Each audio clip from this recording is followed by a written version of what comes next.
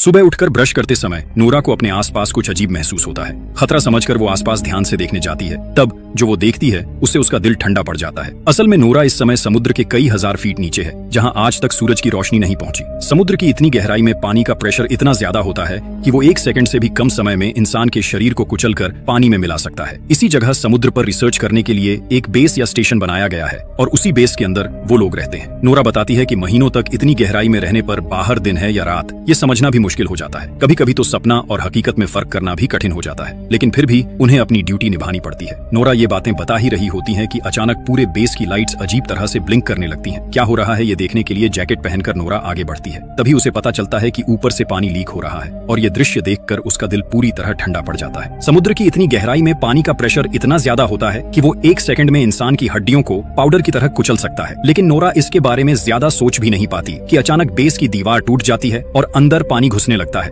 अपनी जान बचाने के लिए नोरा पूरी ताकत से दूसरे कॉरिडोर की तरफ दौड़ने लगती है और सो रहे दूसरे क्रू मेंबर्स को जगाने की कोशिश करती है। ऐसा खौफनाक मंजर देखकर वहां मौजूद सभी लोग चिल्लाते हुए नोरा के पीछे दौड़ने लगते हैं। काफी कोशिश के बाद वो लोग एक दूसरे रूम तक पहुंच जाते हैं, लेकिन उस रूम के डोर का सिस्टम फेल हो चुका होता है, इसलिए वो किसी भी तरह लॉक नहीं हो रहा था। समय बर्बाद किए बिना नोरा जल्दी से अपने हाथों से उस डोर के सिक्योरिटी सिस्टम को ठीक करने लगती है। तभी वो देखती है कि कई क्रू मेंबर्स पानी से लड़ते हुए अपनी जान बचाने के लिए उनकी तरफ दौड़ रहे हैं। नोरा चिल्लाकर उन्हें और तेज दौड़ने के लिए कहती है, लेकिन डोर तक पहुंचने से पहले ही समुद्र का पानी उन्हें पूरी तरह निगल लेता है। ये भयानक दृश्य देखकर उनमें से एक नोरा से कहता है कि जल्दी से डोर बंद कर दो, वरना सब मर जाएंगे। आखिरकार नोरा फिर से बटन दबा देती है और आखिरी पल में जोरदार आवाज के साथ गेट बंद हो जाता है। कुछ ही सेकंड में सब कुछ फिर से अजीब तरह से शांत हो जाता है। थोड़ी देर बाद उनका एक साथी रोड्रिगो कहता है कि शायद कोई बड़ा भूकंप आया होगा, वरना ऐसा होना मुश्किल है। इसके बाद वो लोग कंट्रोल रूम से संपर्क करने की कोशिश करते हैं, लेकिन वहां से कोई जवाब नहीं आता। मतलब कंट्रोल रूम से उनका पूरा संपर्क टूट चुका था। उसी समय उन्हें एक दिल दहला देने वाली अजीब आवाज सुनाई देती है। उन्हें लगता है जैसे बेस के बाहर कोई बहुत बड़ा रहस्यमय ऑब्जेक्ट पानी के अंदर हिल रहा है और अपने तेज नाखूनों से बेस की दीवारों पर वार कर रहा है। खतरा बढ़ सकता है ये सोचकर नोरा और रोड्रिगो देर किए बिना एस्केप पॉड्स की तरफ निकल पड़ते हैं। टूटे फूटे बेस के अंदर से गुजरते हुए वो किसी तरह सर्वर रूम तक पहुंचते हैं और खराब हो चुके कम्युनिकेशन सिस्टम को ठीक करने लगते हैं। लेकिन तभी वही डरावनी तेज आवाज फिर से पास से सुनाई देती है। अब उन्हें शक होने लगता है कि ये कोई सामान्य भूकंप नहीं हो सकता। नोरा सिस्टम का डेटा चेक करके देखती है कि पूरा बेस ताश के घर की तरह टूटकर गिर चुका है, सिर्फ कुछ ही हिस्से किसी तरह टिके हुए हैं। इसके बाद नोरा और रोड्रिगो एस्केप पॉड की तरफ जाने के लिए आगे बढ़ते हैं। टूटे फूटे बेस के अंदर से रेंगते हुए वो लोग रास्ता खोजने की कोशिश करते हैं। तभी पीछे से कोई दर्द भरी आवाज में चिल्लाता है,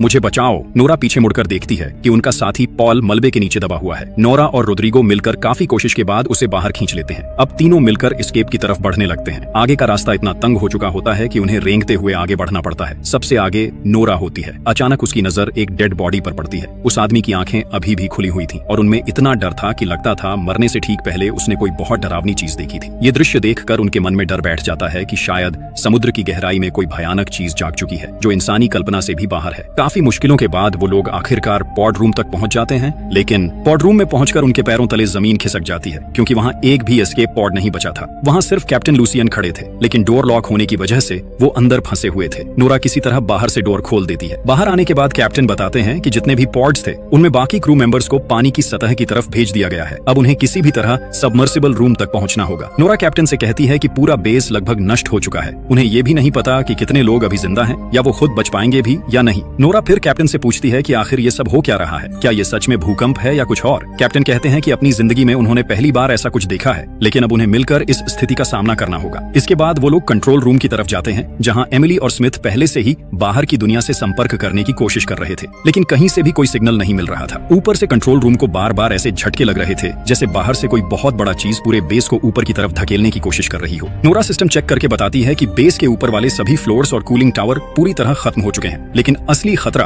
बेस का कोर है जो पूरे बेस को पावर सप्लाई देता है। वो किसी भी समय फट सकता है। अगर कोर फट गया तो धमाका इतना भयानक होगा कि एक पल में पूरा रिसर्च स्पेस राख बन जाएगा। अब उनके पास बचने का कोई रास्ता नहीं बचा क्योंकि बाकी एस्केप पॉड्स पहले ही टूटकर नष्ट हो चुके हैं। जब सब लोग अपनी निश्चित मौत मानकर उम्मीद छोड़ने लगते हैं, तभी कैप्टन कहते हैं कि उनके पास एक आखिरी मौका है। उन्हें बेस के सबसे गहरे हिस्से में जाना होगा जहां ड्रिलिंग का काम चल रहा था। शायद वहां उन्हें कोई पॉड मिल जाए। कैप्टन की ये बात सुनकर पॉल कहता है कि वो ड्रिलिंग साइट यहाँ से करीब 1.5 किलोमीटर दूर है। ऐसे हालात में वो वहां कैसे पहुंचेंगे। इसी बातचीत के दौरान स्मिथ को ड्रिलिंग साइट से आया आखिरी सिग्नल मिलता है, लेकिन उसे सुनकर सबकी आवाज डर से सूख जाती है क्योंकि उस सिग्नल में सिर्फ लोगों की दर्द भरी चीखें और किसी भयानक जानवर की डरावनी आवाज सुनाई दे रही थी। इसी बीच अचानक तभी पूरा बेस फिर से अजीब तरीके से कांपने लगता है। ऐसा लगता है जैसे जैसे अंधेरे में छिपा कोई दानव पूरे स्टेशन को खिलौने की तरह तोड़ देना चाहता हो। पॉल निराश होकर कहता है कि उन्हें इतनी गहराई तक ड्रिलिंग नहीं करनी चाहिए थी। शायद उन्होंने किसी ऐसे शैतान को जगा दिया है जिसे छेड़ना ही नहीं चाहिए था। कोई और रास्ता न होने की वजह से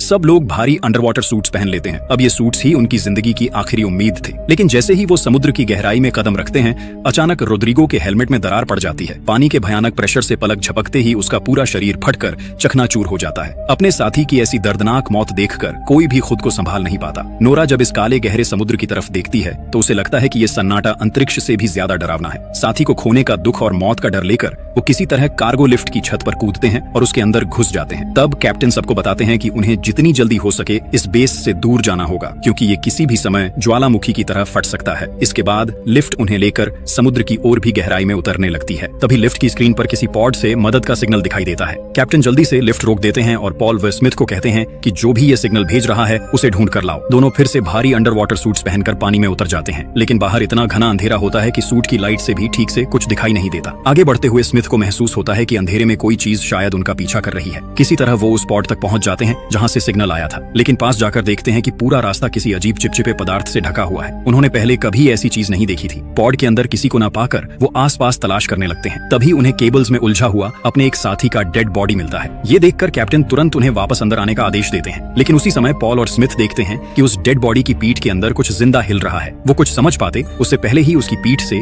बिजली की रफ्तार से एक अजीब जानवर बाहर निकलकर पॉल पर हमला कर देता है। हालांकि स्मिथ किसी तरह उस छोटे क्रीचर को मार देता है। उस क्रीचर को साथ लेकर वो लोग फिर से लिफ्ट में वापस आ जाते हैं। पॉल बताता है कि ये जीव उस डेड बॉडी को नोच नोच कर खा रहा था। एमिली जब उस क्रीचर को देखती है तो उसे उसके आसपास तेज नुकीले पंजे दिखाई देते हैं। तब एमिली कहती है कि शायद ड्रिलिंग के दौरान उन्होंने गलती से ऐसा कोई गड्ढा खोल दिया है जहां पहले से ही अजीब और खतरनाक जीव रहते थे और अब उनकी वजह से वो गुस्से में आ गए हैं। एमिली की ये बात चल ही रही होती है कि अचानक लिफ्ट की सारी लाइट्स बंद हो जाती हैं। नोरा किसी तरह सिस्टम को फिर से ठीक करने लगती है, लेकिन जैसे जैसे लिफ्ट नीचे उतरती है बाहर से कोई बड़ा जीव उसे जोर जोर से धक्का देने लगता है। तभी पॉल की नजर टेबल पर रखे उसी छोटे क्रीचर पर पड़ती है। वो सोचने लगता है कि क्या बाहर उसका माँ है। शायद उन्होंने बहुत बड़ी गलती कर दी है। भयानक झटकों के बीच लिफ्ट के अंदर सभी लोग पत्थर की तरह चुप खड़े रहते हैं। चारों तरफ इतनी गहरी खामोशी होती है कि उन्हें अपनी धड़कन तक साफ सुनाई देती है। उसी समय कैप्टन जब लिफ्ट की छत के कांच पर टॉर्च की रोशनी डालते हैं तो अचानक एक विशालकाय क्रीचर उस कांच पर जोर से हमला कर देता है और वो किसी दानव जैसे इंसान की तरह दिख रहा था।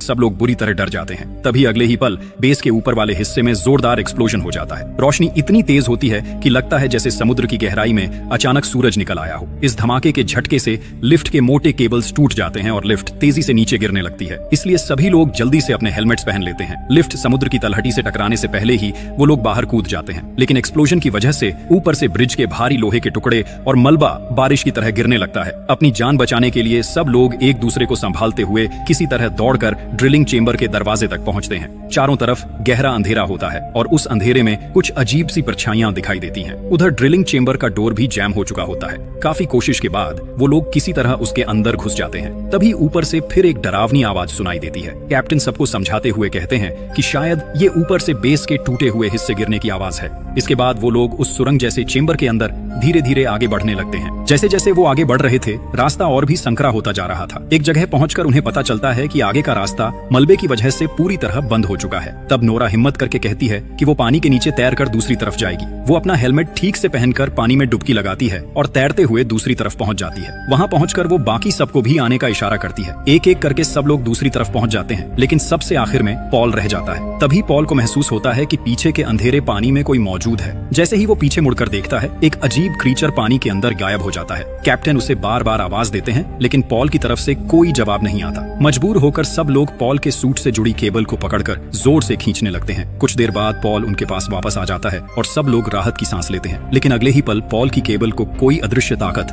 दूसरी तरफ से जोर से खींच लेती है। डर के मारे पॉल चिल्लाने लगता है। बाकी सब लोग घबराकर केबल काटने की कोशिश करते हैं, लेकिन तब तक बहुत देर हो चुकी होती है। पलक झपकते ही पॉल के शरीर का एक हिस्सा उससे अलग हो जाता है। अचानक पॉल के हेलमेट में खून भरने लगता है और वहीं उसकी दर्दनाक मौत हो जाती है। ये देखकर बाकी सब डर और दहशत में अपनी जान बचाने के लिए वहां से भागने लगते हैं। कुछ देर बाद कैप्टन फिर से रेडियो के जरिए ऊपर की दुनिया से संपर्क करने की कोशिश करते हैं, लेकिन वहां से कोई जवाब नहीं आता। पॉल की मौत के बाद सब लोग पूरी तरह टूट चुके होते हैं। एक एक करके उनके साथी किसी अदृश्य ताकत के हाथों मारे जा रहे थे। तभी वो लोग एक कंट्रोल रूम में खड़े होते हैं, जहां से बाहर का डरावना नजारा साफ दिखाई देता है। उनके बेस स्टेशन की ड्रिलिंग मशीन इतनी बुरी तरह मुड़ी तोड़ी पड़ी होती है जैसे किसी ने उसे खिलौने की तरह तोड़ दिया हो। स्मिथ हैरान होकर कहता है कि 6000 टन वजन की ड्रिलिंग मशीन का इस तरह नष्ट होना क्या सच में संभव है? एमिली कांपते हुए कहती है कि ये सब उनकी गलती है। उन्होंने समुद्र की गहराई को छेड़ा है और अब समुद्र उनसे बदला ले रहा है। शायद उन्हें यहाँ आना ही नहीं चाहिए था। कैप्टन सबको शांत करते हुए कहते हैं कि उन्हें यहाँ ज्यादा देर नहीं रुकना चाहिए, लेकिन स्मिथ बताता है कि उसका सूट डैमेज हो चुका है और अगर वो बाहर गया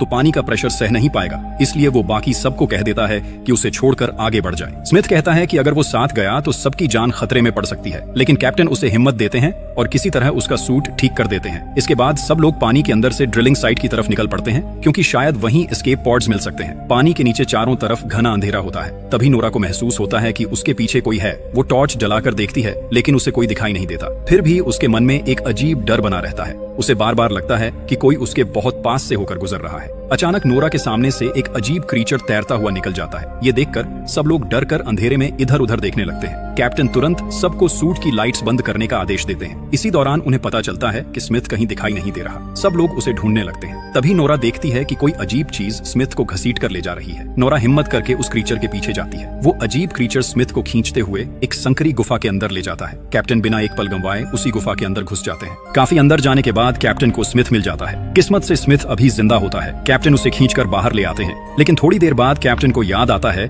कि स्मिथ की गन गुफा के अंदर ही रह गई है, इसलिए वो फिर से गुफा के अंदर जाकर गन निकालने लगते हैं। लेकिन जैसे ही वो वापस लौटने लगते हैं, गुफा की गहराई से एक भयानक मॉन्स्टर अचानक निकलकर कैप्टन को पकड़ लेता है और ऊपर की तरफ खींचने लगता है। कैप्टन के सूट की केबल में फंसने की वजह से नोरा भी उसके साथ ऊपर की तरफ खींचने लगती है। पानी के अंदर संघर्ष करते हुए कैप्टन और वो अजीब क्रीचर एक बड़े प्लेटफॉर्म पर जा टकराते हैं। प्लेटफॉर्म के किनारे कैप्टन को लटका हुआ देखकर नोरा उसे बचाने की कोशिश करती है। तभी वो भयानक क्रीचर फिर से उनके सामने आ जाता है। वो इतना विशाल होता है कि लगता है जैसे वो इस दुनिया का ही जीव नहीं है। वो अपना विशाल मुंह खोलकर नोरा के हेलमेट को निगलने की कोशिश करता है। उसी समय कैप्टन अपनी नाइफ निकालकर उस मॉन्स्टर पर वार करते हैं। दर्द से तड़पकर वो क्रीचर नोरा और कैप्टन दोनों को तेजी से ऊपर की तरफ खींचने लगता है। कैप्टन समझ जाते हैं कि अगर वो इसी रफ्तार से ऊपर जाते रहे तो पानी के भयानक प्रेशर से उनका सूट फट जाएगा, इसलिए वो नोरा से कहते हैं कि केबल काट दो वरना वो भी मर जाएगी। लेकिन नोरा ऐसा करने के लिए तैयार नहीं होती। तब मजबूर होकर कैप्टन खुद ही अपनी नाइफ से केबल काट देते हैं और खुद को अलग कर लेते हैं। नोरा अलग होते ही अगले ही पल एक भयानक एक्सप्लोजन में कैप्टन की मौत हो जाती है। उसी धमाके में उनका सूट और शरीर पानी में बिखर जाता है। उस एक्सप्लोजन के झटके से नोरा नीचे समुद्र की तलहटी में बेस के एक छोड़े हुए हिस्से में जा गिरती है। वो जगह पूरी तरह सुनसान और खामोश होती है। किसी तरह अंदर जाकर नोरा मानसिक रूप से टूट जाती है, क्योंकि उसे नहीं पता कि स्मिथ और एमिली जिंदा हैं या नहीं। वो रेडियो से पागलों की तरह एमिली और स्मिथ से संपर्क करने की कोशिश करती रहती है, लेकिन कोई जवाब नहीं मिलता। फिर नोरा ऊपर पड़े कुछ उपकरणों से एक पुराना सूट किसी तरह ठीक कर लेती है और उसे पहनकर दोबारा पानी में उतरती है ताकि एमिली और स्मिथ को ढूंढ सके। तभी रेडियो में एमिली की आवाज सुनाई देती है। उसी समय नोरा दूर अंधेरे में एमिली के सूट की लाइट चमकती हुई देख लेती है। काफी मुश्किल से वहां पहुंचने पर नोरा देखती है कि एमिली स्मिथ को घसीटते हुए आगे ले जा रही है, क्योंकि स्मिथ बहुत बुरी तरह घायल हो चुका था। नोरा एमिली को शांत करती है और दोनों मिलकर स्मिथ को खींचते हुए उस गहरे अंधेरे की तरफ बढ़ने लगते हैं। चारों तरफ माहौल बहुत डरावना होता है। हर पल ऐसा लगता है जैसे कोई भयानक परछाई छिपकर उन्हें देख रही हो। कई साथियों को खोने के बाद आखिरकार वो लोग ड्रिलिंग साइट तक पहुंच जाते हैं, लेकिन वहां पहुंचकर खुश होने की बजाय वो और ज्यादा घबरा जाते हैं, क्योंकि ड्रिलिंग साइट के मेन गेट तक पहुंचने के लिए बीच में एक पुल जैसा रास्ता पार करना पड़ता है और उस पूरे पुल पर हजारों खतरनाक क्रीचर्स गहरी नींद में पड़े हुए होते हैं। अगर उन्हें मेन गेट तक पहुंचना है तो इन्हीं क्रीचर्स के बिल्कुल पास से गुजरना पड़ेगा, और अगर उनमें से एक भी जाग गया तो पल भर में हजारों जानवर उन्हें फाड़ कर खा सकते हैं। कोई और रास्ता न होने की वजह से वो धीरे धीरे आगे बढ़ने लगते हैं, लेकिन बदकिस्मती से एक क्रीचर अचानक जाग जाता है और नोरा पर हमला कर देता है। नोरा चिल्लाकर एमिली से कहती है कि वो तुरंत वहां से भाग जाए। वो क्रीचर अपना विशाल मुंह खोलकर नोरा को निगलने की कोशिश करता है, लेकिन नोरा डरने के बजाय हिम्मत दिखाती है और अपनी गन से उस क्रीचर के पेट के अंदर गोली मार देती है। दर्द से तड़पते हुए वो क्रीचर वहीं मर जाता है। इसके बाद नोरा उसका शरीर चीरकर किसी तरह बाहर निकल आती है, लेकिन तब तक आसपास के बाकी सारे मॉन्स्टर्स जागने लगते हैं। ये देखकर नोरा अपनी गन रिलोड करने ही वाली होती है कि अचानक वो देखती है कि जिस प्लेटफॉर्म पर ये क्रीचर्स उल्टे लटके हुए थे वो पूरा हिस्सा ऊपर उठकर अंधेरे में गायब हो जाता है। उसी समय नोरा सामने वाली बिल्डिंग के ऊपर एक विशाल छाया खड़ी देखती है। जब वो उस छाया पर गोली चलाने के लिए ध्यान से देखती है तो उसके दिल की धड़कन लगभग रुक जाती है। उसके सामने एक दानव जैसा समुद्री राक्षस खड़ा होता है। वो इतना विशाल था कि उसके सामने 50 मंजिला बिल्डिंग भी खिलौने जैसी लगती थी। अपनी जान बचाने के लिए नोरा पूरी ताकत से मेन गेट की तरफ दौड़ने लगती है। वो विशाल मॉन्स्टर अपने पैर से पुल पर इतनी जोर से हमला करता है कि लगता है जैसे पानी के नीचे कोई परमाणु बम फट गया हो। उस धमाके के झटके से नोरा दूर जाकर गिरती है और बेहोश बेहोश हो जाती है। अगले ही पल एमिली नोरा को खींचते हुए मेन गेट के अंदर ले आती है और जल्दी से दरवाजा बंद कर देती है। स्मिथ, नोरा और एमिली किसी तरह अंदर आ तो जाते हैं, लेकिन खतरा अभी खत्म नहीं हुआ था। वो विशाल मॉन्स्टर पूरे ड्रिलिंग साइट बिल्डिंग को जमीन से उखाड़ने की कोशिश करने लगता है। किसी तरह वो लोग आगे बढ़ते हुए पॉड रूम तक पहुंच जाते हैं। वहां कुल 3 पॉड्स होते हैं। नोरा जल्दी से चेक करती है और पता चलता है कि उनमें से सिर्फ 2 ही ठीक से काम कर रहे हैं। इसलिए बिना समय गंवाए नोरा और एमिली पहले स्मिथ को एक वर्किंग पॉड में बैठाकर ऊपर की तरफ भेज देते हैं। इसके बाद नोरा एमिली से कहती है कि वो दूसरे पॉड में बैठ जाए, लेकिन एमिली समझ जाती है कि बाकी बचा पॉड खराब है, इसलिए वो नोरा को अकेला छोड़कर जाने के लिए तैयार नहीं होती। तब नोरा उसे समझाते हुए कहती है कि स्मिथ के साथ उसका पूरा भविष्य है, इसलिए उसे जाना ही होगा। एमिली रोते हुए कहती है कि नोरा को जरूर वापस आना होगा, वो उसका इंतजार करेगी। ये कहकर नोरा एमिली का पॉड लॉन्च कर देती है। अब पूरे बेस में सिर्फ नोरा ही अकेली बची होती है। उसी समय पॉड रूम की कांच की दीवारों पर बाहर से छोटे छोटे क्रीचर्स हमला करना शुरू कर देते हैं। नोरा सिस्टम चेक करती है और देखती है कि हजारों अजीब क्रीचर्स स्मिथ और एमिली के पॉड्स का पीछा कर रहे हैं। नोरा गहरी सांस लेकर बेस के पावर कोर को अपने हाथों से ओवरलोड कर देती है। इससे पूरे बेस स्टेशन का सेल्फ डिस्ट्रक्ट मोड चालू हो जाता है। कुछ सेकंड की काउंटडाउन खत्म होते ही वहां भयानक एक्सप्लोजन हो जाता है। ये धमाका इतना ताकतवर होता है कि वो विशाल समुद्री मॉन्स्टर भी इससे बच नहीं पाता। उसके साथ साथ बाकी सारे क्रीचर्स भी आग में जलकर खत्म हो जाते हैं। इस तरह नोरा अपनी जान कुर्बान करके अपने दोनों साथियों की जिंदगी बचा लेती है। बाद में न्यूज में दिखाया जाता है कि ड्रिलिंग साइट से 2 क्रू मेंबर्स को जिंदा बचा लिया गया है और इसी के साथ कहानी खत्म हो जाती है। ये कहानी दिखाती है कि जब इंसान प्रकृति की सीमाओं को पार करने की कोशिश करता है तो प्रकृति उसे कड़ा सबक सिखाती है।